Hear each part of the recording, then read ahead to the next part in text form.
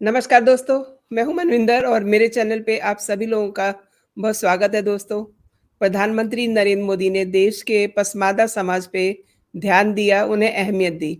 उसके बाद से ही मुस्लिम समाज में सामाजिक न्याय का प्रश्न सामाजिक और राजनीतिक हलके में चर्चा का विषय बना हुआ है। लेकिन अभी भी मुस्लिम समाज को लीड करने वाले अशराफ वर्ग में इसे लेकर के उतनी पॉजिटिव सोच दिखाई नहीं दे रही जितनी कि होनी चाहिए। ऐसे में अब सवाल ये है कि अगर मुस्लिम समाज में सामाजिक न्याय की प्रक्रिया शुरू होती है और पसमानदा समाज को भारत के दूसरे जो वंचित समाज हैं, उन्हीं की तरह तरक्की के हर क्षेत्र में जगह मिलती है, स्पेस मिलता है, तो क्या ये अशरफ वर्ग को स्वीकार होगा? उन्हें ये पसंद आएगी बात?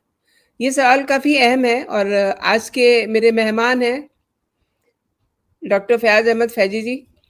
डॉक्टर साहब, आपका बहुत-बहुत नमस्कार। स्वागत है मेरे चैनल पे। बहुत-बहुत आभार आपका। डॉक्टर साहब पसमानदा समाज के लिए काफ़ी एक्टिवली काम भी कर रहे हैं, उस समाज से जुड़े हुए हैं।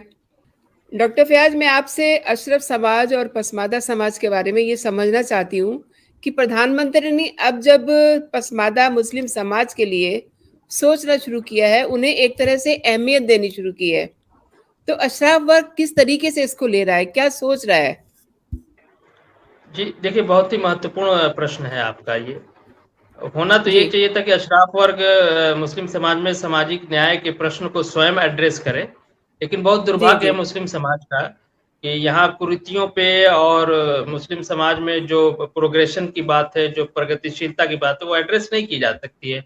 आपने देखा कि ट्रिपल तलाक को खत्म करना मुस्लिम समाज को स्वयं खत्म करना चाहिए। विशेष रूप से जी, मुस्लिम समाज को जो अशराफ वर्ग लीड कर रहा है, उसको आगे-आगे करना चाहिए। लेकिन जी, जी, इसके लिए प्रधानमंत्री को आगे-आगे आना पड़ा। ठीक उसी तरह से सोशल जस्टिस की भी बात है मुस्लिम समाज के अंदर, जिसकी हम लोग लगातार बात कर रहे हैं। वहाँ भी मुझे नहीं जी, जी, लगता कि अशराफ वर्ग इसको कबूल कर पाएगा, क्योंकि अशराफ का जी, अब तक जो चरित्र रहा है, एक टू नेशन थ्योरी और अलग-अलग सेपरेट 2 कौमी नज़रिया जिसको कहते हैं, टू नेशन थ्योरी, जी, और फिर उसी का रूपांतरित स्वरूप है मुस्लिम विमर्श, यानी मुस्लिम हर जगह कहना। तो मुस्लिम जी, जी, सांप्रदायिकता जो मुस्लिम विमर्श है, उसके ठीक बिल्कुल अपोजिट में मुस्लिम समाज में सामाजिक न्याय है। तो जो लोग अशराफ वर्ग मुस्लिम विमर्श और मुस्लिम सांप्रदायिकता को बढ़ावा देके अपने सत्ता वर्चस्व को मेंटेन रखते हैं, वो कभी नहीं चाहेंगे कि मुस्लिम समाज में सामाजिक न्याय स्थापित हो और मुस्लिम पर्सनल लॉ बोर्ड की सदर की कुर्सी, जो अध्यक्ष की कुर्सी है, जिसपे सैयद साहब बैठते हैं, उसके बगल में कोई मोची, कोई भंगी, कोई मेहतर, कोई भक्खो, कोई मिरासी, कोई कुंजड़, कोई कसाई आके बैठे। तो मुझे नहीं लगता कि उन्हें इस बात को कबूल होगी। प्रधानमंत्री के बारे में यह है कि वो देश के प्रधानमंत्री है और समाज में कहीं कोई देश के अंदर, किसी समाज के अंदर कोई समस्या है, तो ये उनकी ज़िम्मेदारी बनती है कि वो एड्रेस करें। उन्होंने एक सेकुलर देश के सेकुलर प्रधानमंत्री के रूप में अपने उस ज़िम्मेदारी का निर्वहन करते हुए ट्रिपल तलाक को बैन किया। अब वो मुस्लिम समाज में सामाजिक न्याय की बात को लगातार एड्रेस कर रहे हैं। ये मैं समझता हूँ कि इस देश के लोग, हिंदू, मुसलमान या जो भी पसमानदा, जो भी समाज है, इस देश के एक नागरिक की हैसियत से ये हमारे लिए जी, जी। सौभाग्य की बात है कि हमारा हमारा प्रधानमंत्री हर उस जगह उसकी नज़र है जहाँ से देश को आगे बढ़ने में रुकावट और बाधा पैदा हो रही है। जी। जी, जी। यूपी में एक पसमानदा मंत्री को बनाना अशराफों के गले नहीं उतरा। इसकी क्या जी, वजह बिल्कुल। है? क्योंकि अभी चुनाव सिर पे हैं, तो आगे क्या सीन बनेगा? क्या मानते हैं आप? देखिए, जब दानिश आज़ाद जी को मंत्री बनाया गया था, तो अब तक बीजेपी में ये परिपाटी रही है कि सैयद को ही मंत्री बनाया जाता था। लेकिन जी, इस बार बीजेपी ने मुस्लिम समाज में सामाजिक न्याय के प्रश्न को सामने रखते हुए अपनी नीति में बदलाव किया और देशज पसमानदा समाज से आने वाले एक नवयुवक को मंत्रालय में जगह दिया। जाहिर सी बात जी, है कि जो लोग मुस्लिम विमर्श की बात करते हैं या मुस्लिम सांप्रदायिकता की बात करते हैं, उनको ये बात बहुत बुरी लगी और दानिश आज़ाद जी नवयुवक हैं, एबीवीपी जी, के जी। कार्यकर्ता रहे हैं, उनकी जाति विशेष को लेके टिप्पणी करना मीडिया के अंदर, और वो एक बिल्कुल जो कहते हैं ना, कलेजे पे सांप लौट जाना, उस तरह की जी, जी। हरकतें उनके बुद्धिजीवी, अशराफ वर्ग के बुद्धिजीवी की तरफ, लोगों की तरफ से किया जाने लगा और लेख इस तरह के लिखे गए और वीडियो वार्तालाप में इस तरह की बातें की गई कि एक एक लड़का क्या करेगा, और मतलब उनके अंदर तमाम तरह की डिमेरिट्स निकाल के वो बात, तो साफ जाहिर हो रहा था कि उनको ये बात गवारा नहीं है कि मुस्लिम समाज में सामाजिक न्याय को एड्रेस किया जाए, क्योंकि फिर उनकी कुर्सी पे खतरा आ जाएगा। अभी जैसे उदाहरण देता, मुस्लिम पर्सनल लॉ बोर्ड में 150 से 200 मेंबर हैं। अब जब सोशल जस्टिस होगी तो देसी मुसलमानों को भी कुर्सी पे बैठाना पड़ेगा अपने सामने। अब तक तो सारे विदेशी मुसलमान हैं उसमें, तो ये एक होता है। इसलिए वो बीजेपी को भी और प्रधानमंत्री को भी टारगेट लगातार कर रहे हैं किसी न किसी बहाने से। तो ये अच्छा है। दूसरा सवाल आपने आने वाले चुनाव के लिए कहा, तो उस पर अगर आप आज्ञा दे तो मैं अपनी बात कहूं। बिल्कुल बिल्कुल। उत्तर प्रदेश में प्रधानमंत्री की जो पसमानदा नीति है, वो अभी निकाय चुनाव में उसका बहुत अच्छा रिजल्ट दिखाई दिया है। और देखिए, जनरली राजनीतिक पार्टियों का और राजनेताओं का ये स्टाइल होता है कि पहले वो जनता में जाते हैं, उनसे वोट मांगते हैं, उनको आश्वासन देते हैं कि मैं आपका काम करूंगा। वोट पहले लेते हैं, काम बाद में करते, वो भी किया नहीं किया नहीं किया।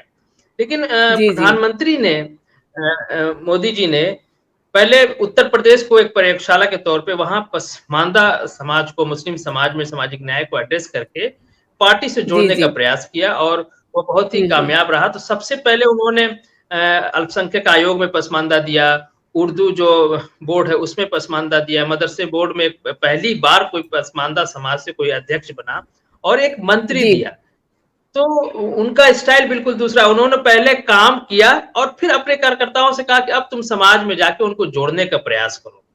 तो एक आप देखिए, बिल्कुल एक जैसे आमतौर से जो राजनेताओं का एक ट्रेंड होता है, उससे अलग मोदी जी ने किया। और मोदी जी अलग और अनोखा काम करने के लिए जाने जाते हैं भारतीय राजनीति में, और उसका जो है बहुत ही सकारात्मक प्रभाव भी पड़ा। और आप देखिए, आजम खां का जो गढ़ था, आप कभी सोच नहीं सकती थी कि वहां भारतीय जनता पार्टी जीतेगी। और भारतीय जनता पार्टी, प्रधानमंत्री की जो पसमानदा नीति थी, वहां एक पसमानदा को टिकट दिया गया भारतीय जनता पार्टी की सहयोगी दल से। और आजम खान ने भी कभी ख्वाब में भी नहीं सोचा होगा कि उनके जिंदा रहते कोई पसमानदा उनको चुनाव, उनका गुलाम उनको चुनाव हरा दे। ये संभव हुआ प्रधानमंत्री की वजह से। एक सफल नीति हुई। और निकाय चुनाव में भी आपने देखे कि 17 सीट, उसमें से 2-3 सीट जो मेयर की है, पसमानदा बहुल इलाकों से है, बहुत बड़ी बात तो वहां भी पसमानदा ने वोट दिया। और देखिए, मैं ये नहीं कहता कि लक्ष्य हासिल हो गया, लेकिन पहली बार इस चुनाव में, उत्तर प्रदेश के विधानसभा चुनाव में भी थोड़ा सा प्रभाव दिखा था। लोक कल्याणकारी स्कीमों से जो पसमानदा को फायदा हुआ था, वो भाजपा की तरफ गया। लेकिन ये निकाय के चुनाव में पहली बार इतने बड़े पैमाने पे, जिस समाज को अब तक बीजेपी से डराया जाता रहा कि देखो भाजपा आ जाएगी, मोदी जी आ जाएंगे, ये हो जाएगा, वो हो जाएगा, ऐसे हो जाएगा, ऐसे हो जाएगा, जो समाज कभी सोचता भी नहीं था भारतीय जनता पार्टी को वोट देने के लिए, इस बार डंके की चोट पे उसने वोट किया है। मैं ये नहीं कहता कि भरपूर वोट किया है, लेकिन एक अच्छी शुरुआत हो गई। अब वो जान गया है कि नहीं, मैं भारतीय जनता पार्टी को वोट दे सकता हूं, भारतीय जनता पार्टी में भी हमारे वोट का सम्मान होगा, मान होगा। तो ये एक नई चीज जो प्रधानमंत्री जी चाह रहे थे, मुस्लिम समाज उनसे जुड़े, तो एक बहुत ही मैं समझता हूं कि ऐतिहासिक, और ये भारतीय राजनीति में एक टर्निंग पॉइंट होने जा रहा है, उत्तर प्रदेश का निकाय चुनाव और मोदी जी की पसमानदा नीति। तो 17 की 17 मेयर की सीट जीतना, 4 पसमानदा कैंडिडेट भारतीय जनता पार्टी उसकी सहयोगी दल की सीट से चेयरमैन चुने गए हैं। आप सोच नहीं सकती, पहले एक सभासद हम लोग नहीं जिता पाते थे, भारतीय जनता पार्टी के लोग 4-4 अध्यक्ष जीता जाना, और सभासद और पार्षद जीत के आए हैं। स्वयं मुख्यमंत्री योगी जी महाराज का जो वो है, जहां उनका मठ है, जो वो वार्ड है, वहां की एक महिला हकीमुन जीत के आई हैं पसमानदा समाज से।